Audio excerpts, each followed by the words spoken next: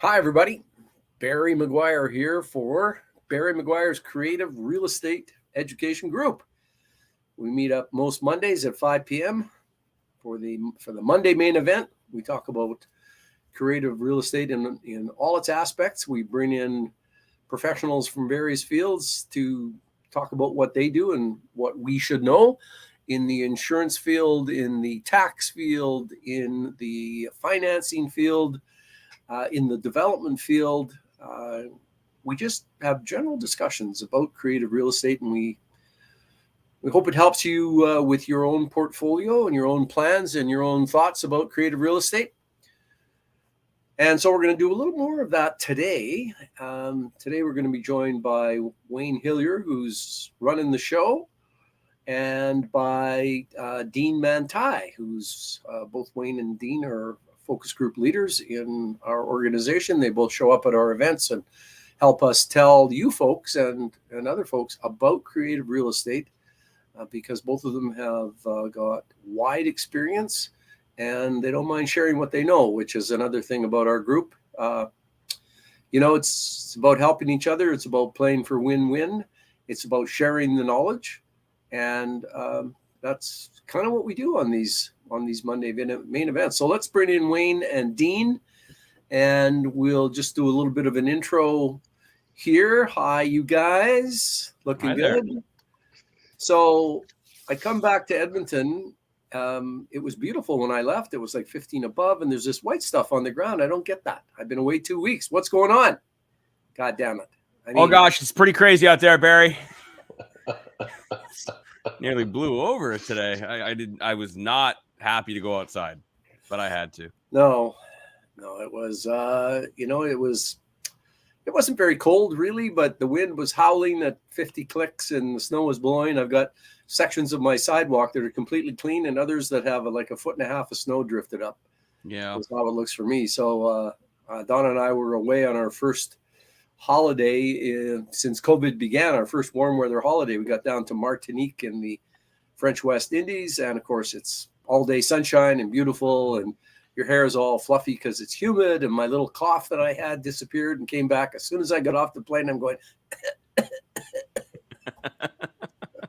piss me off. Yeah, I tell you. So folks, for you who haven't maybe haven't shown up before, Wayne Hillier and his wife Gabby and their daughter Everly run a bit of a real estate empire from Leduc, Alberta, LA, Alberta. Yeah. From LA. Wayne took one of our courses. I think he took an agreement for sale course. He'd been into real estate doing some stuff, and then he took one of our courses and kind of struck a note for you, Wayne. And that was how long ago now? Was that 2008 or? No, it was like 2015 or 2016. 2016, okay, yeah. And so give us, the thumbnail sketch of what's happened since 2016. That's not pretty long ago. Well, that's when it all changed, Barry. Like, legit. I'm joking, but I'm also being extremely serious. Yeah. Because I was kind of stuck there at 3 years in, 4 years in, just like we were calling ourselves real estate investors, but we didn't really feel like it. You know what I mean? Like, we had a few properties and just we kind of hit that roadblock, and then we saw that the AFS course was coming up, and we're like, all right, I'm doing it. I'm just gonna figure out this whole agreement for sale thing, and I loved it. I fell in love with it, and suddenly it's almost like, what do you always say? You'll recognize the opportunity. Oh God, I'm butchering. I butcher every single time. You understand. If you understand the strategy, you'll recognize the opportunity. And I just didn't recognize stuff. I was walking right past opportunities that were right there, right in front of me. And as soon as I learned how to do it, suddenly everything just really opened it up. So, we started acquiring properties with agreement for sale, brought on joint venture partners, and got into like rent to owns, and suddenly things just really started changing for us. And that's ultimately when things just kind of exploded. And we haven't looked back since. It's been fantastic. A little bit of everything. Like I said, the agreements for sale, the rent to own, joint ventures, wholesaling. It's been great. It's been really great. And you're now doing a lot of fix and flips, which is another creative strategy, which, they kind of all they kind of all have an element of, if you understand the strategy, you recognize the opportunity, and that's so key to success in creative real estate. Is, I mean, folks, we all know creative opportunities are not on every street corner every day. There's a lot more regular deals out there than there are creative deals. But if you don't even know what a creative deal is, I mean, how do you have a shot at turning an opportunity into something that works for you? So Yeah. now, Dean, on the other side of things, I mean, you also took an agreement for sale course from us not that long ago, but what had you been doing in real estate before you took your AFS course?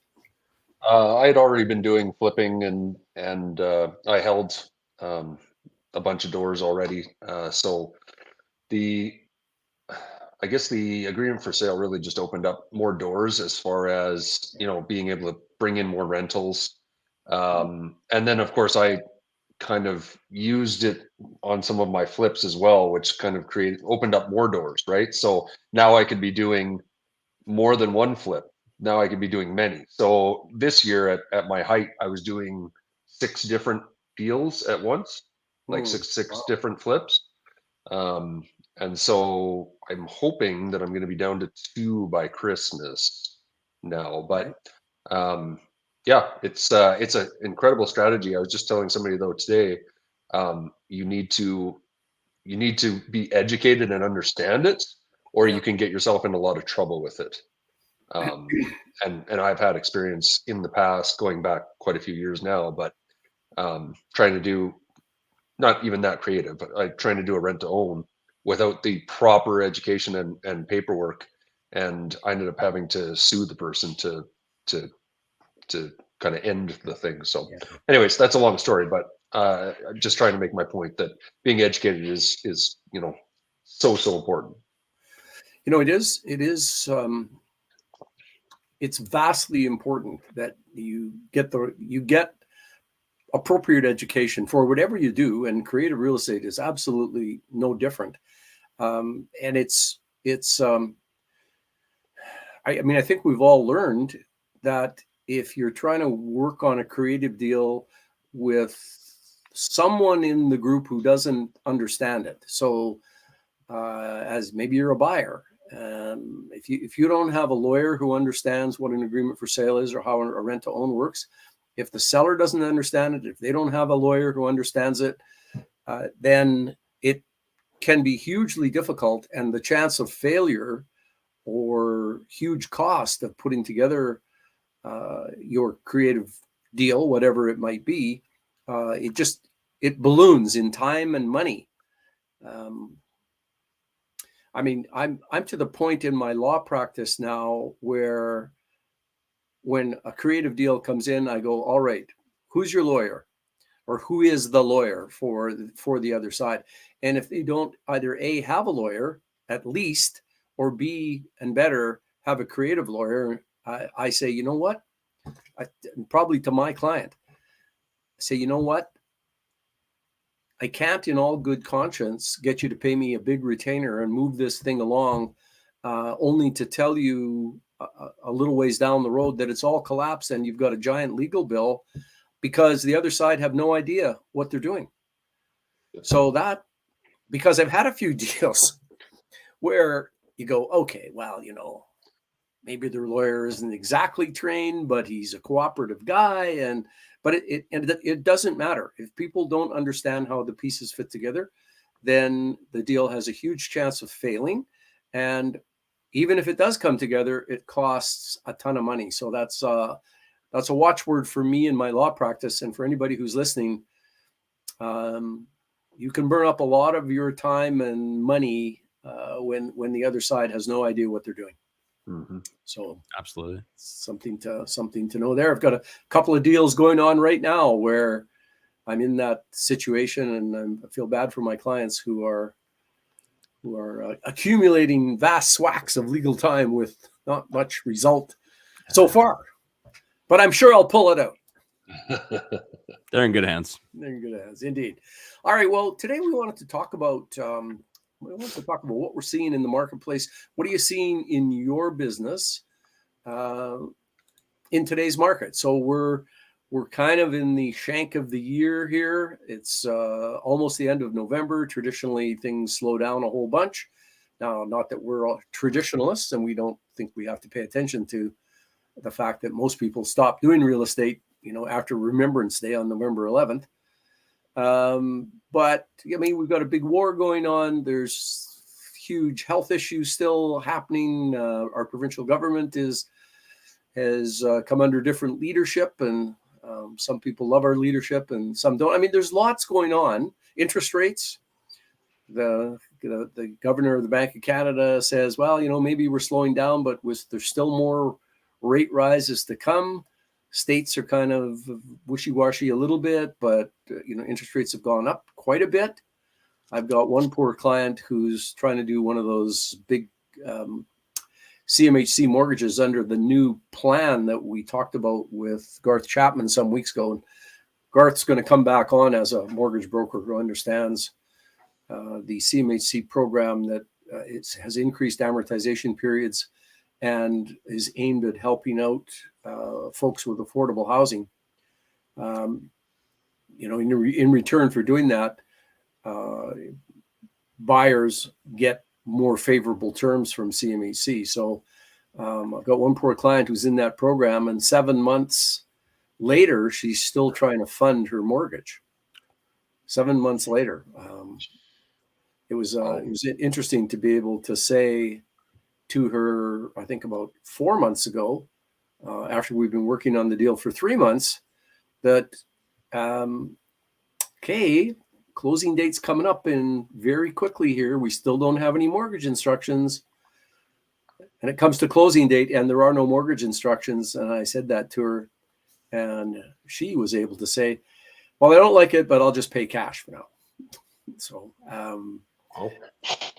but 7 months in, we think it's going to fund in the next week or so. There's going to be another rate hike coming up, which will affect her if we don't get it funded beforehand. So there's lots of stuff going on right now. So let's talk about, Dean, what are you seeing down there in Calgary, in the southern part of Alberta? What's going on in the marketplace? Changes, observations. What do you got?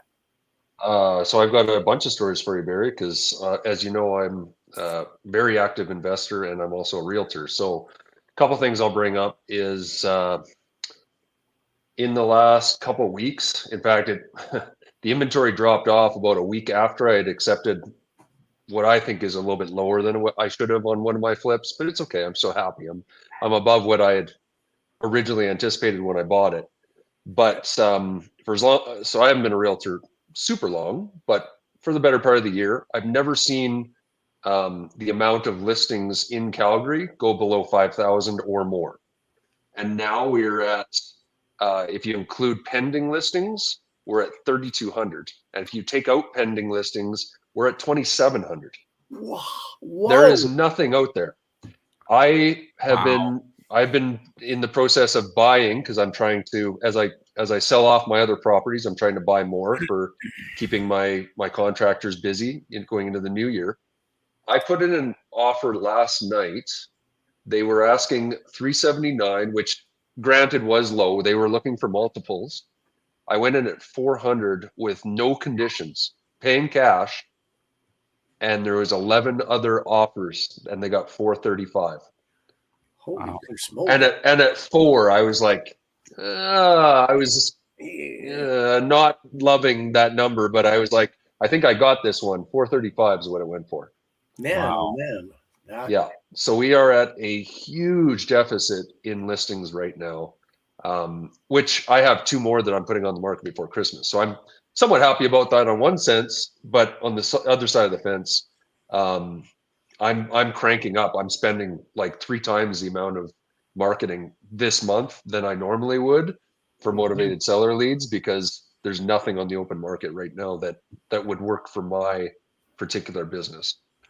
Okay, so let's just by way of a bit of background there, folks, if you heard what Dean said, there's nothing available in the regular market. That's a property that's listed with a realtor on the MLS, and the story you were just talking about, Dean, is an MLS story, correct?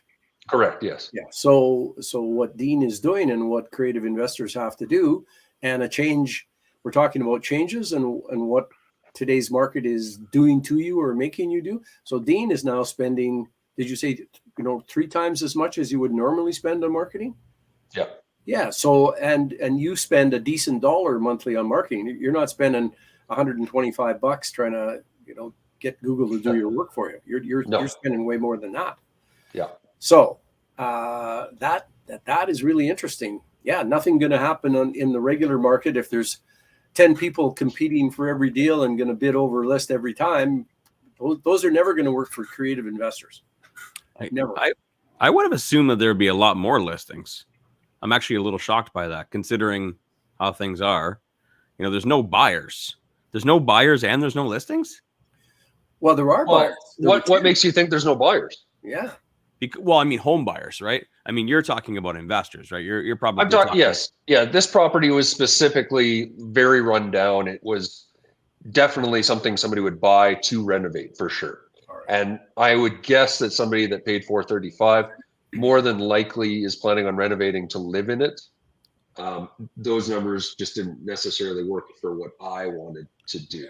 But you have to remember, Wayne, that at the end of this year, foreign investment will not be allowed to buy houses here anymore. So think about people in the US, think about Chinese buyers, think about really anybody in the world. Canada is about to close the doors on real estate ownership for those people. Well, they could buy our houses. Because they can buy our houses till the end of the year. Yeah, till the end of the year. I got some. Then it's done. But I've got no showings whatsoever. Like, it's dead. We're creeping on December. Different markets, though. We got different markets here. Calgary and Edmonton are different markets. I see stats from Calvert and from other realtors. The Calgary market seems to be way down for listings and also down for numbers of sales, but quite a bit up in terms of pricing. And that's just, I think, what Dean was talking about. Edmonton is not near. We have more listings. We also have fewer sales, and prices are up not near as much as they are in Calgary. So there's another thing that most folks know, and we all have to remember is real estate is local. You got to know your own market. Yeah. So Calgary is not Edmonton. Someone had a question for Dean there about where you're spending that extra marketing money. Oh, interesting. Yeah, great question. I am actually venturing outside of my normal marketing, so I'm trying a few new things, and we'll see. How they work. Chicken sign. Chicken sign. Yeah, that's right. Flip it around. Yeah. Woo. Totally. Sell me your house. Whatever it takes. All right. Yeah. So I've implemented two new ones recently, which you got to give it generally 6 months before you know if a marketing ploy is working or not. So we'll run it out, and if I become overwhelmed with it, I'll wholesale the extra deals. Yeah. Sean Impey says sellers need a place to go, and if they have to give up a low rate to take on a higher rate, they may be sitting tight.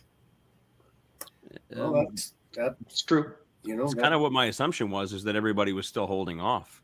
And you're right. Obviously, Edmonton and Calgary are two separate markets, but with the high interest rates and it being December or late November, I mean, there's normally not many buyers in this time of year anyways, but add in the extra, high 5, low 6 interest rate. My assumption was just, I guess I really hadn't looked at the listings in Calgary. I got a listing that's going to be going up on the market next week. Right. And I'm scheduled this week to be to do a little research. But that's good information there. If that's the case, then might help my sale price a little bit. I think it will, quite honestly, because if there's nothing else out there, which right now there really isn't, it could be very, very good for the end of the year, which is strange because normally you're right, December is slow in general terms. And we have yet to see. I mean, we don't know for sure, but right now, like, things are cranking. It's crazy. I was talking to Scott Bollinger, who is my lawyer here in Calgary, and he said the same. He's like, you know what? There was a week there where I was like, ooh, it's gonna be quiet, and now he's run off his feet again. He's like right into, I think he said into January 10th. He's like crazy busy, and he's been hiring staff like crazy this year. Wow. So he's got enough for all his staff too. We were crunching the numbers ironically today, just trying to figure out, because if we list this week or next week, we may as well just hold on to it till January 1. Like, why would you list right before Christmas? It's just going to make your listing look worse with the days on market. But we were crunching the numbers today, assuming, what if we waited till like March 1st? We can have the listing up, but like, what if we relisted it like March 1st? How much would we pay in holding costs? And then compare that to how much extra we would probably get in the spring. But this is really good information for me. I appreciate that. That's gives me a little more hope. See, I'm the other way around, Wayne. I'd rather get it on the market, and I mean, a good realtor representing you will be able to say, hey, yeah, even if, let's say, worst case scenario, you got it on tomorrow, and it didn't sell until March. Somebody came through and they're like, oh, you guys must be really getting desperate. A good realtor representing you will be like, listen, my guys flip properties for a living. They've got deep pockets. They knew there was a chance it might not go, but why not put it up for sale and try? They tried. Now it's spring, and now you and I both know the buyers are going to come out, and it's going to happen. So I would contend with you to throw it up and just see what happens. Yeah. Right. Yeah, that's definitely what we're planning on doing, regardless. I just want to get the best price. I thought for sure we were gonna have to lower it to get it to move quick, but that's good information.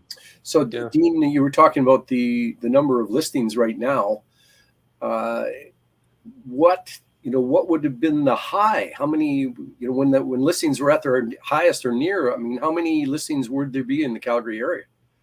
I don't know that answer, unfortunately, Barry. So when I go into the back end for my realtor stuff, and I just my what do you want to call it? My default screen is set to Calgary, and so in the bottom it basically says how many listings. So the maximum number it shows me is just says 5,000 plus. Okay. And then as I add in more, like as I add in bedrooms or square footage, or like once I nail that down, then that number starts dwindling away till it gets to a number that is what it actually is, right? So I can play with my parameters, but in general, every time I go in, which is daily, up until this point, I haven't seen it under the 5,000 plus mark all year up until about 2 weeks ago. Okay. I think when I was reading a few months ago, somewhere along the line, it was 6,500 or 7,000, and just over 2,500 now. Well, man. But in my own law practice, we normally expect things to be slowing down, and a lot of our practice is basic MLS real estate. It's not all creative real estate. Like for all of us, we have buy and hold in our portfolio. It's not all creative stuff. Yeah. But for November, we had 50 deals on the books, which is a pretty solid November. So I think, things are remaining active. So, and at this strange time of year, we're all kind of observing that. Wayne, what about, Dean, I think you've got some more stories, but let's see what Wayne might have to tell us about his end of things. Wayne, what are you seeing, you and Gabby? Well, in Edmonton, at the very least, the complete opposite of what Dean is saying. It's slow, it's cold, and it's slow. It's and we always try and on the, if we're going to stay on the fix and flip topic, we always try and be the best one in the neighborhood, or at least in that corner of the city, so that in this time of year when interest rates are high and demand is down, we want to be the one that, if there's a reduced amount of buyers, that's the one they're going to pick. You know what I mean? The irresistible one. So that way it moves quickly. And even with that strategy, it's been quite quiet. Some properties are moving faster than others, and we can't seem to figure out why, other than the fact that someone came along and they found their dream home and they said, that's the one, and they wanted it. But we don't have the benefit of having people fighting over deals right now. It's been quite tough, and we've been having to compromise quite a bit in the negotiations in order to make sure that they actually follow through with it. So, yeah, very quiet. Gabby and I have been holding off on buying because we wanted to take the month of December off. But I'm going to be secretly, don't tell her, I'm going to be secretly looking at properties in December because I want to buy in January. Because I think there's a huge opportunity coming up this spring. I think that's, I'm not saying like anything dramatic is going to happen, but I just feel like, based on all the circumstances, I feel like there's a good opportunity to sell properties in the spring. And I want to line that up nicely to have a few properties on the market in the spring. And the best time to buy that is December, January. So. Yeah. Typically. And then other than that, I mean, like, there's so many different things. I've been talking about this a lot on the morning podcast, just about like, where are things going to go in the next, like, what's around the corner for us? Like, everyone's trying to figure out not about what to do right now, but what's coming next. Are there going to be lots of defaults on mortgages? Is there opportunities for agreement for sales? Is this a good time for rent to own? Is it a good time to fix and flip? Is it a good time for wholesaling? What's coming next? Is it a good time to buy rental properties right now, but they don't cash flow? There's so many different things going on, and everybody's trying to figure out what's going on right now, what to do. And also, for me more so, I'm trying to figure out what's coming next. I'm trying to be ahead of the curve so that I can start making some moves right now to be proactive before everybody else gets wind of it. Well, Wayne, if your thought is you're quietly looking at properties now, and I think that's really nice of you, taking the load off Gabby and just doing that on your own. I'm sure you'll bring it to her attention at the appropriate time. Like after you've signed the document, right? That's the appropriate time. Oh, by the way, honey, I just bought something. That's the way Taniguchi does it when he buys a new car. Oh, by the way, it's showing up in 2 weeks. Easier to ask for forgiveness. So, Wayne, if you're looking to buy in December because you think there's going to be lots of opportunity next year, I mean, it sounds like you've come to some conclusions on your analysis that you're doing, and you're trying to be ahead of the curve. What's your thought about early 2023? I think that we're going to have a whole heck of a lot of not desperate home buyers, but impatient, tired home buyers. I think that they've been waiting a very long time. And, there's, if we're going to follow the same thing that happened last spring and last winter, there was a huge shortage of inventory last winter. And then, all those buyers from winter that were supposed to buy, just, the normal little pool of buyers that normally buy November, December, January, they weren't able to buy because there was no inventory. And then January, February came, and then all the spring buyers came in. It was all this demand for buying and not enough inventory. And that's what created that whole, that little boom there that we had for about 3 or 4 months. And then it got crazy. And then Toronto investors are reading articles and they're coming over here because they think it's going to boom. And just, it was chaos. And then eventually the inventory caught up and it all just kind of fizzled out. And then interest rates went up too.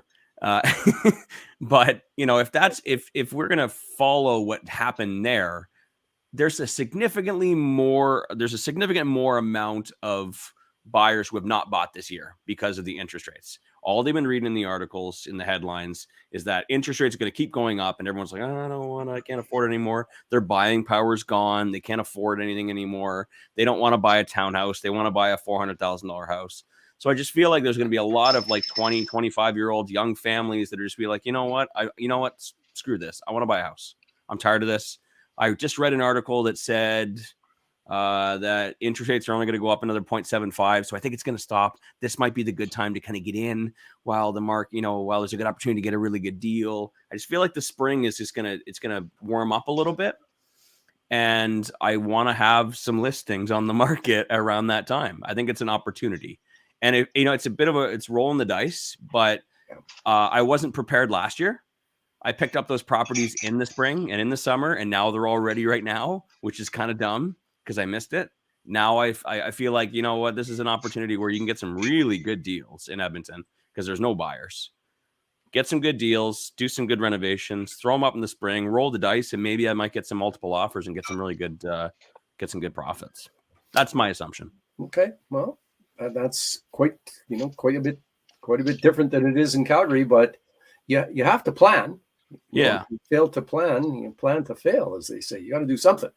You got to do something, and you limit down your risk side by, as Wayne says, he wants to be the very best house in the neighborhood, or at least in a segment where you're operating, because people always buy. In the days of 12 and 15 and 18%, people bought and people sold. They didn't buy as much, and they didn't buy as much house, and not as many deals going on, but people always buy and sell. Mm-hmm. Interest rate environment, it takes a while for people to get used to the notion that it's impossible to get a 1.5 or a 2% mortgage, which was common.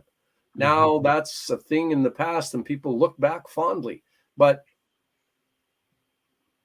things stabilize in people's minds. And I think, as you said, Wayne, folks aren't, they want to buy. If you want to buy a house, you want to buy. It's like rent to own people. They buy because they want to be homeowners, even though they're not quite ready to be homeowners, but they want to buy.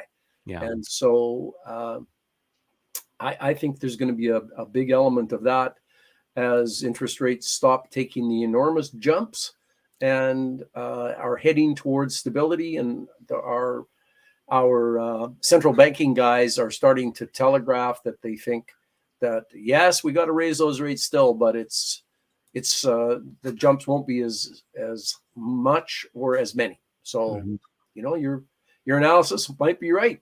So you're rolling the dice. Might as well, right? That's investing, right? Yeah. I think I got a better chance of that than like trying to time markets and like appreciation stuff. There's some indicators that seem to think that way, and I'll still buy really well as well, right? Like I'm gonna still get a really good deal on the buy, and I'll make sure that it profits regardless.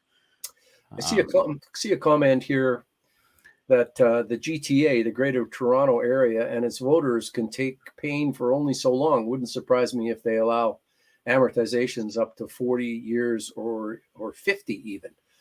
So for folks who live in Ontario, Ontario government's come out with a couple of pieces of legislations with those attractive political names. I think there's one called the More Homes Faster Act. More Homes Faster. Very creative. Very creative. Ontario has a big green belt program, and our illustrious Doug Ford has said, well, that green belt stuff's not all it's cracked up to be. We need houses, so we're going to take slices of the green belt and let developers build in the green belt, because we need 150,000 new homes in order to alleviate the demand and to provide affordable housing. Going along with that, there's another piece of legislation that says that I think it's called the Strong Mayors Act, which would make you think it applies everywhere in Ontario, but it only applies in Ottawa and Toronto, where with a 1/3 vote of council, they can pass whatever kinds of rules they want. And again, this is all aimed at development and aimed at getting by the incredible fights that occur whenever a municipal government wants to loosen up the rules around developing and allow more density. It's always a huge fight. And so Doug, instead of taking the reins himself and having some political courage, is saying to the mayors, you know what, we'll give you the tools and you can have everybody mad at you.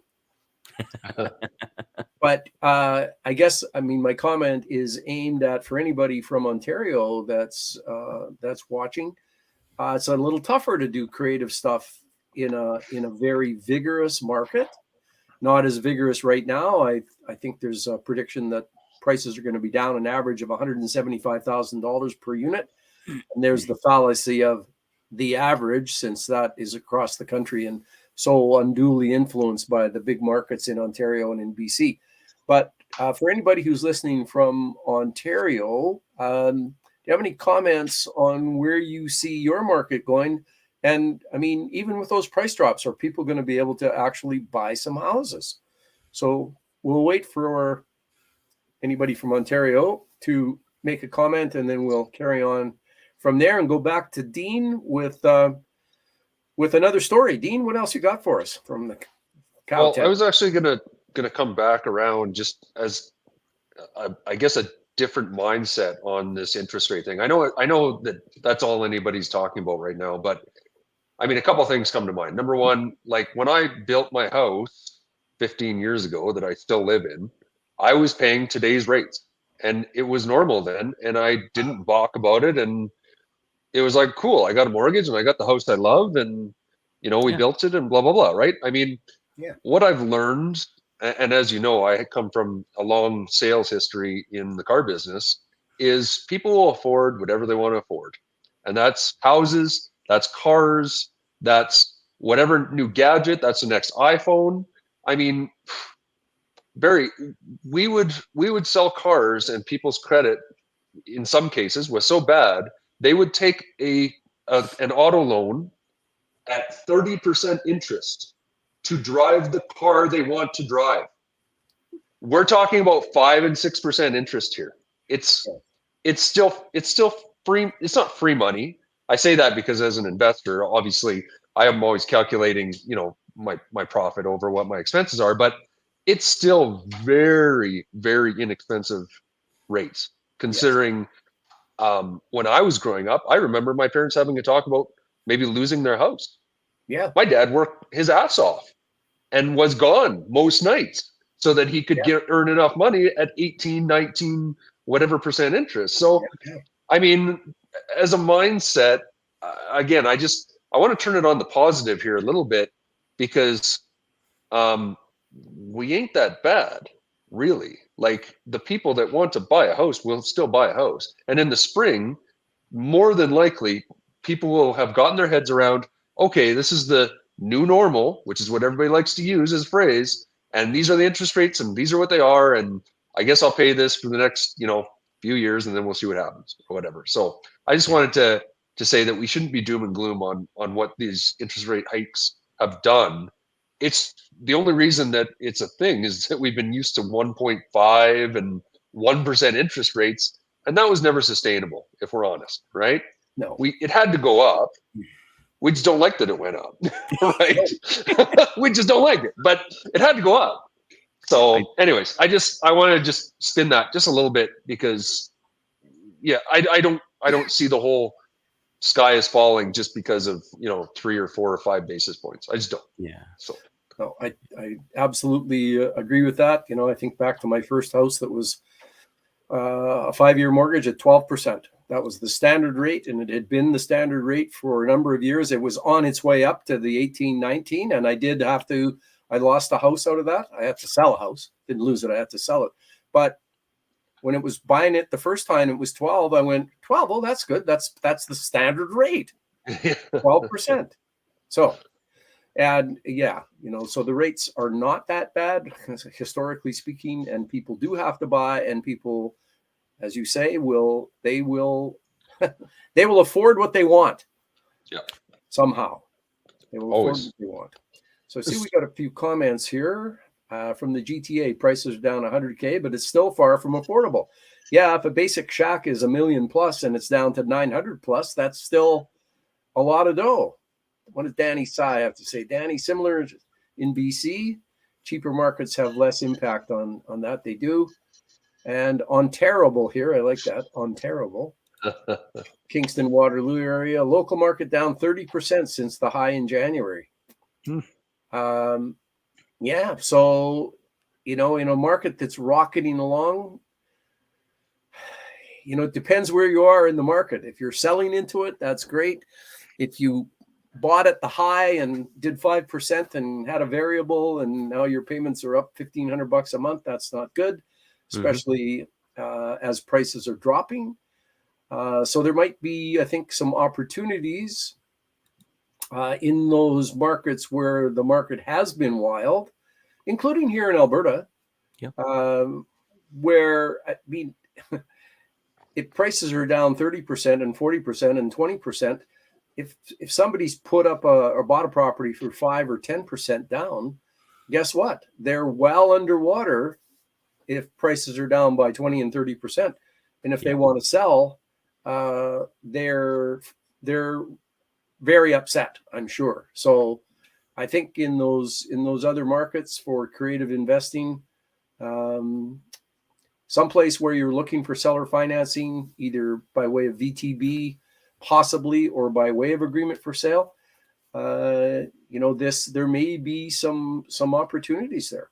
Mhm. If you can get a property under contract in the very vigorous parts of Ontario or British Columbia, if you can get it under contract by way of agreement for sale, folks still want to buy, and you can maybe turn that out on a rent to own. It's a great way to leverage your agreement for sale control of a property.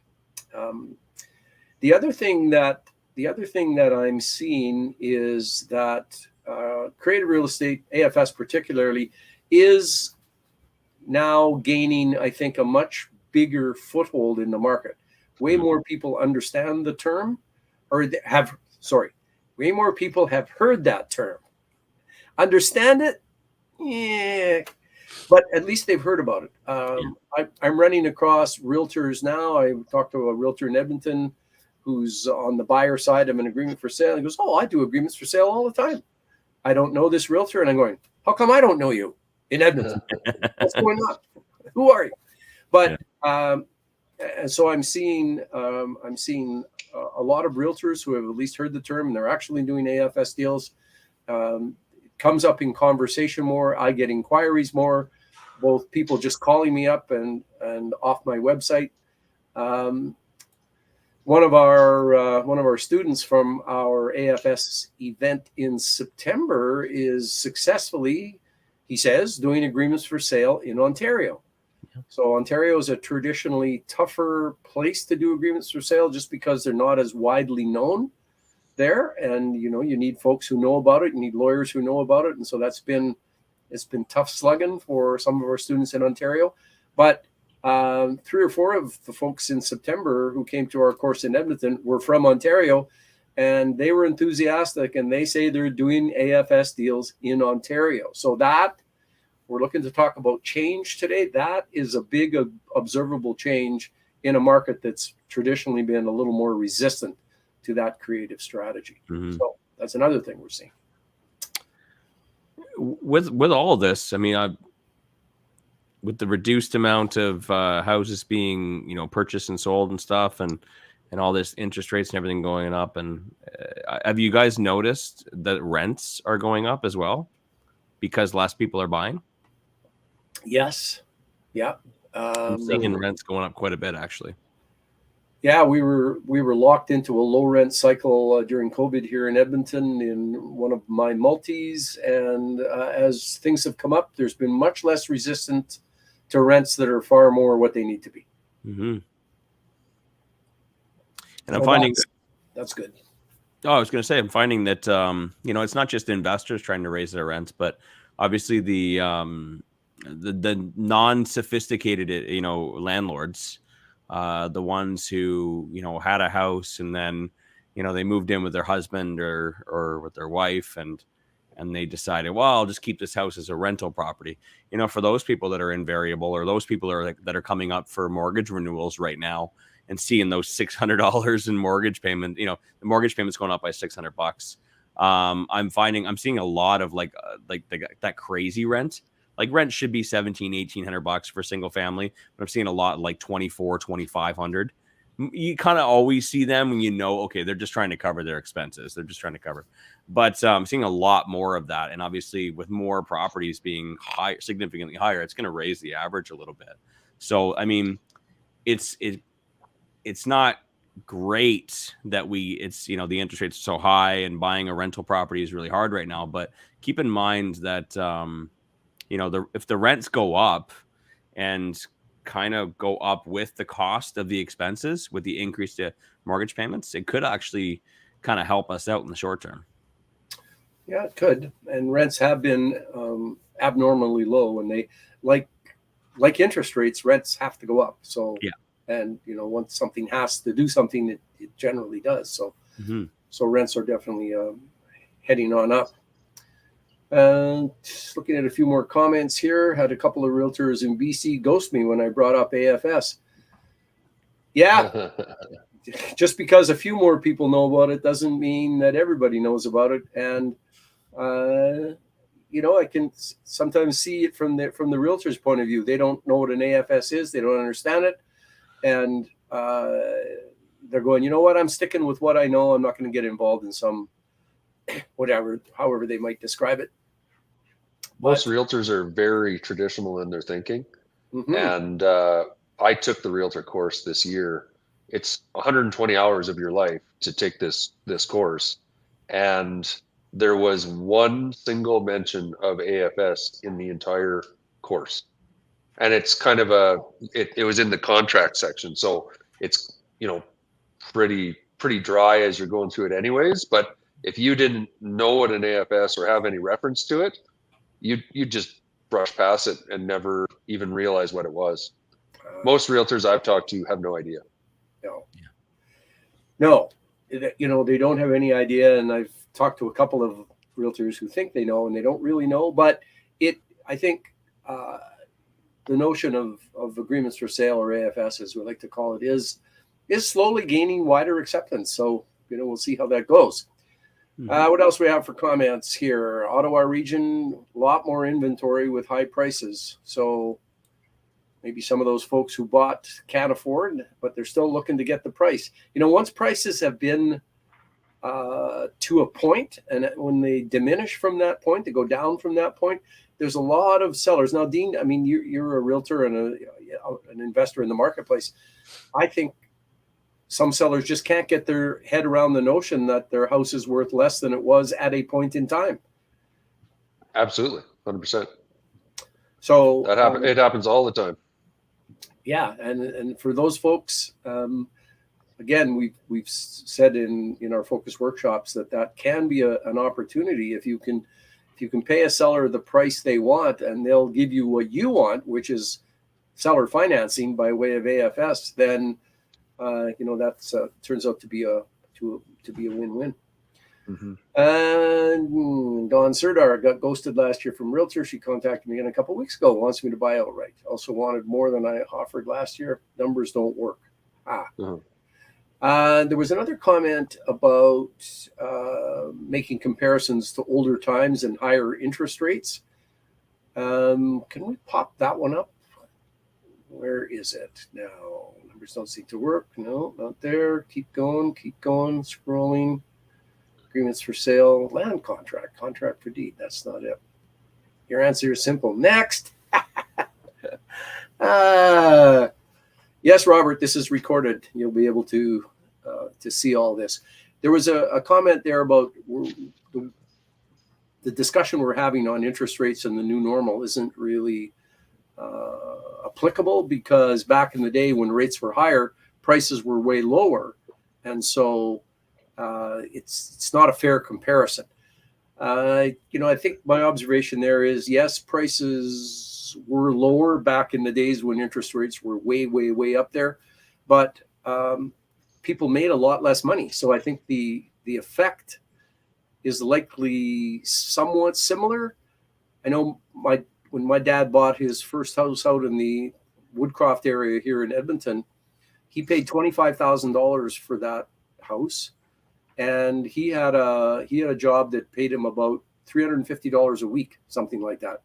My mom, and so this is from the perspective of an old guy. You guys know I'm an old guy, right? My mom fed our family on $20 a week. She would take a $20 bill, go over to Woodward's in the Westmount Shopping Center. Woodward's a store that doesn't exist anymore. Anyway, $20 she would feed us for the week. So I think it's kind of all relative. It's not exactly the same, but salaries were lower, interest rates were higher, prices were lower. And it all kind of works out that if it's taking a giant chunk of your income, then the analysis is somewhat similar. All right, what else are we looking at? Any more questions to be answered? Deal with those who want to deal with you. Yes. No questions. That's good. What about rent to own in this market? Is there an opportunity yet? What about rent to own? Well, rent to own works best when prices are appreciating. Mm-hmm. It really does. And, you know, we're not exactly getting any mortgage pay down right now either. No, I would say amazing. rent to own works in any market, really, because typically somebody that will do a rent to own is somebody that can't qualify right now. Yeah. And so if you're doing your rent to own properly, you're having your tenant buyer work with a mortgage broker that you know, like, and trust to get them qualified down the road. So in reality, regardless of what the economy is doing, shy of a full, recession, I would say that any market is good for a rent to own.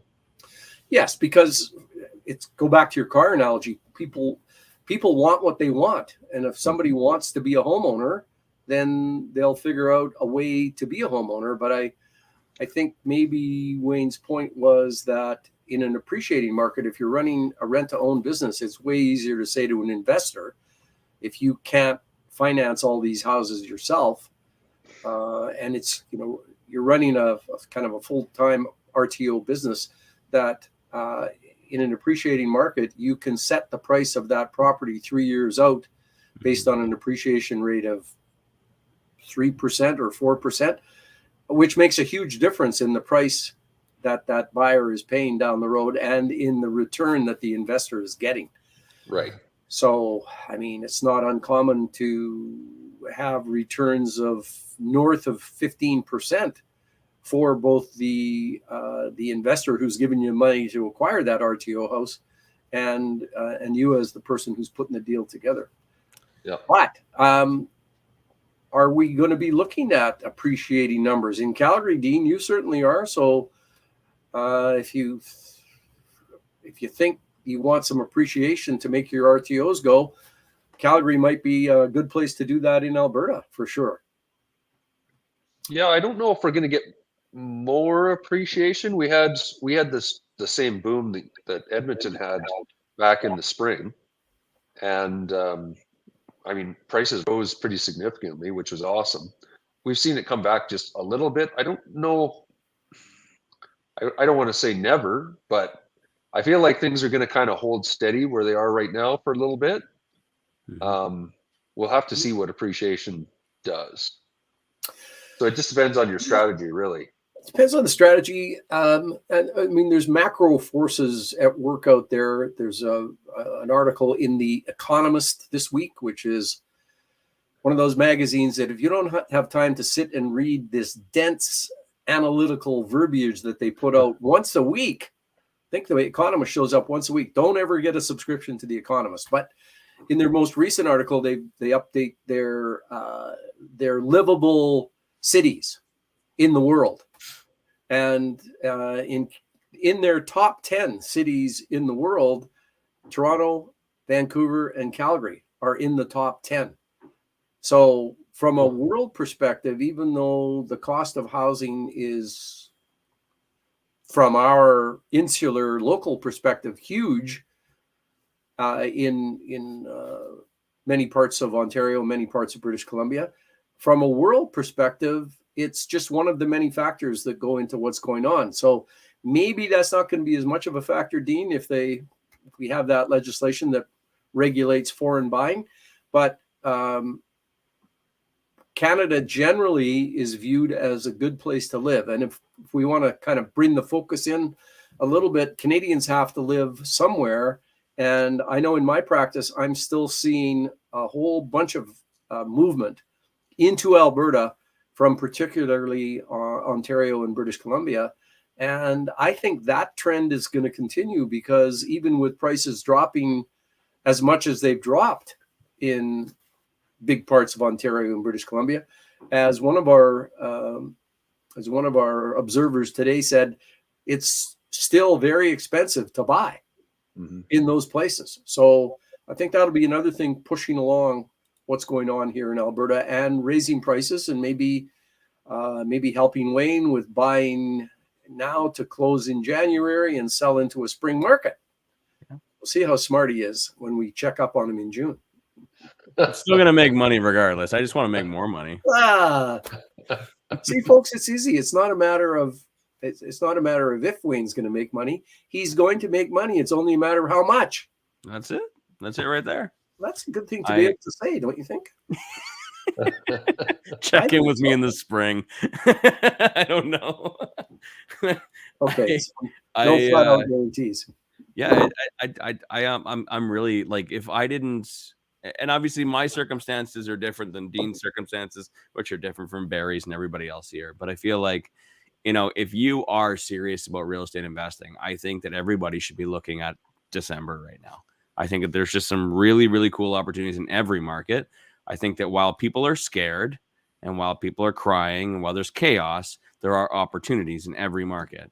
And I know for a fact we're going to come back in June, and maybe I didn't make as much money as what I said I was going to make, but I know one thing for sure. Everyone's going to be like, oh, I wish I would have bought more in December. Or 3 years from now, they're going to be like, oh, I wish I would have bought more in 2022. Yeah. Guaranteed. I know that for certain. Because when you have an opportunity to buy houses at this price right now, I'm looking at some in Millwood, which is South Edmonton right now. I'm looking at some that people were crying to me in March and April saying, I really want to buy a house and add a secondary suite, but I can't get them for under $360,000. I'm looking at them today. They're like $310,000, $320,000. I'm like, go buy them. All the interest rates aren't good. I'm like, no, you got to do it. You got to take advantage. Don't be scared. But yeah, I have a feeling that, just like every market, and as it changes, people are always going to have that, regret that they didn't jump on it. So if you're serious about real estate investing, run some numbers. You know what I mean? Take advantage of this opportunity. Yeah, it's going to be a little scary for a little while. And yeah, you're not going to get as much mortgage pay down, but I don't know. I just think that everybody should be taking action. Well, if you're in any of those places where you're paying $1 million plus for a house, you just heard Wayne say you can get a nice property in Millwoods in South Edmonton for what was $360. Oh my God, that's so high. Now $310. 6 months later. Yeah. Those guys in Ontario and BC are shaking their heads and going, you guys are so lucky. And there's so many. There's so many. I actually posted in a Facebook group last week or 2 weeks ago, and I'm like, I listed 10 properties that are on the MLS that work, and I'm like, here, it's right here. Do it now because they'll be gone in the spring. I swear. It's the tale of two cities. Edmonton always lags behind Calgary, so for what Dean and Calgary are going through, we typically follow along, about a year or 18 months behind, and then we experience the same thing up here in Edmonton. So, all right. Well, coming to last thoughts before we head out. Dean, any last observations for us? No, I think we covered some good ground here. So appreciate the time. I think we did. This was a lot of fun doing this. What about you, Wayne? Anything else, or did you just give us your last hurrah there? Go buy stuff. Go buy stuff. Stop making excuses. Go buy stuff. Go find some deals.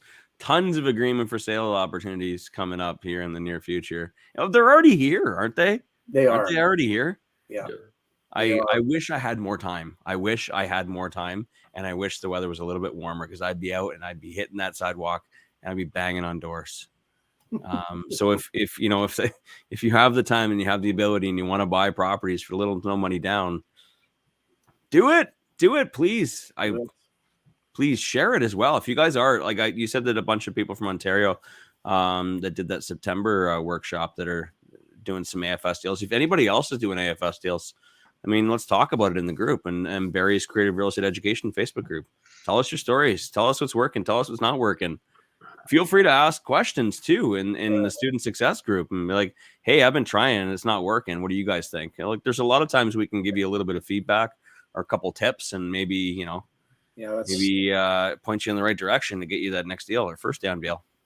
That's a good reminder, Wayne, that anybody who's taken a course is fully supported. There's 500 plus people who are willing to help, and in the public Facebook group that we're on right now, we're also a very supportive, helpful group. So if some of this has spurred you on, if you've got some questions, don't hesitate to pop us a line and we'll help you out as much as we can. It's exciting times in real estate, as it always is. It's always exciting times in real estate.